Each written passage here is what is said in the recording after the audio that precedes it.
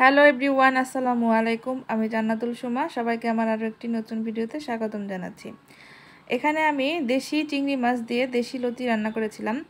আর বাজারে অনেক ধরনের লতি পাওয়া যায়, তবে দেশি যে লতিটা সেটা দিয়ে চিংড়ি মাছ দিয়ে রান্না করলে কিন্তু খুব মজা হয়।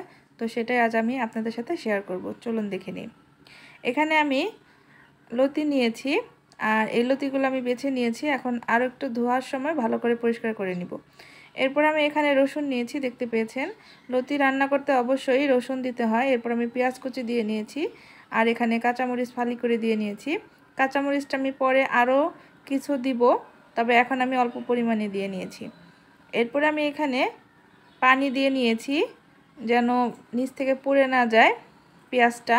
এরপর আমি এখানে চিংড়ি মাছ দিয়ে নিয়েছি, আর এটা দেশি চিংড়ি মাছ। দেশি চিংড়ি মাছ কিন্তু যে কোনো খাবারে দিলেই অনেক টেস্টি হয়, খুব মজা লাগে।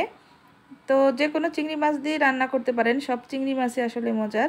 তো যাই হোক, এখানে আমি হলুদের গুঁড়ো দিয়ে নিয়েছি, মরিচের গুঁড়ো দিয়েছি। এরপর আমি এখানে লবণ দিয়েছি স্বাদ অনুযায়ী, আর আদা রসুন বাটা দিয়েছি। এখানে আমি আদা রসুন আর জিরা একসাথে বেটে রেখেছিলাম। এরপর আমি এটা ভালো করে কষিয়ে নিচ্ছি, আর এখানে কিন্তু চিংড়ি মাছটাও ভাজা হয়ে যাবে। চিংড়ি মাছটা আমি আলাদা করে ভেজে নিই নাই, এই কারণে আলাদা করে ভেজে নিলে চিংড়ি মাছটা শক্ত হয়ে যায়, তখন খেতে ভালো লাগে না।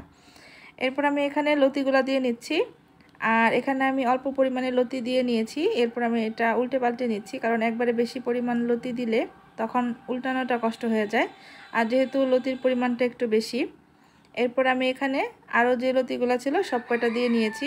হয়তো দেখতে পাচ্ছেন যে লতিটা কিন্তু একদম কড়াই উঁচু হয়ে গিয়েছিল, আমি ঢেকে দিয়েছিলাম। আর এরপরে দেখুন একটু পরেই কতটা কমে গিয়েছে লতি।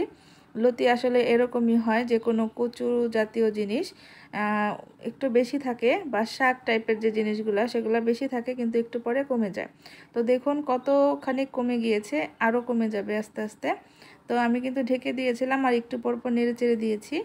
এরপর আমি শেষ পর্যায়ে এখানে কাঁচামরিচ দিয়ে নিলাম। কাঁচামরিচটা এর আগে দিলে আরও একটু বেশি ঝাল হয়, যার কারণে ঝালটা একটু যেন কম হয়, এর জন্য আমি একটু পরে দিয়েছি। আর এই যে এই লতিটা দেখতে পাচ্ছেন, এখানে আমি কোনো পানি দেই নাই। এই লতি থেকেই পানি উঠেছিল, সেটা দিয়ে কিন্তু সিদ্ধ হয়ে গিয়েছে, দেখতে পাচ্ছেন। আর এখানে কিন্তু তেল ভেসে উঠেছে, রান্নাটা কমপ্লিট হয়ে গিয়েছে। আর এই তেল দিয়েই কিন্তু আমি ভাজা ভাজা করে নিয়েছিলাম, আর খেতে কিন্তু অসম্ভব মজা হয়েছিল। আর লতি কচু জাতীয় জিনিসে প্রচুর পরিমাণে ক্যালসিয়াম থাকে, এটা রক্ত হতে সাহায্য করে। তো বাসায় সবাই এভাবে তৈরি করে খাবেন। ভিডিওটি ভালো লাগলে একটি লাইক দিয়ে দিবেন। সবাইকে অসংখ্য ধন্যবাদ।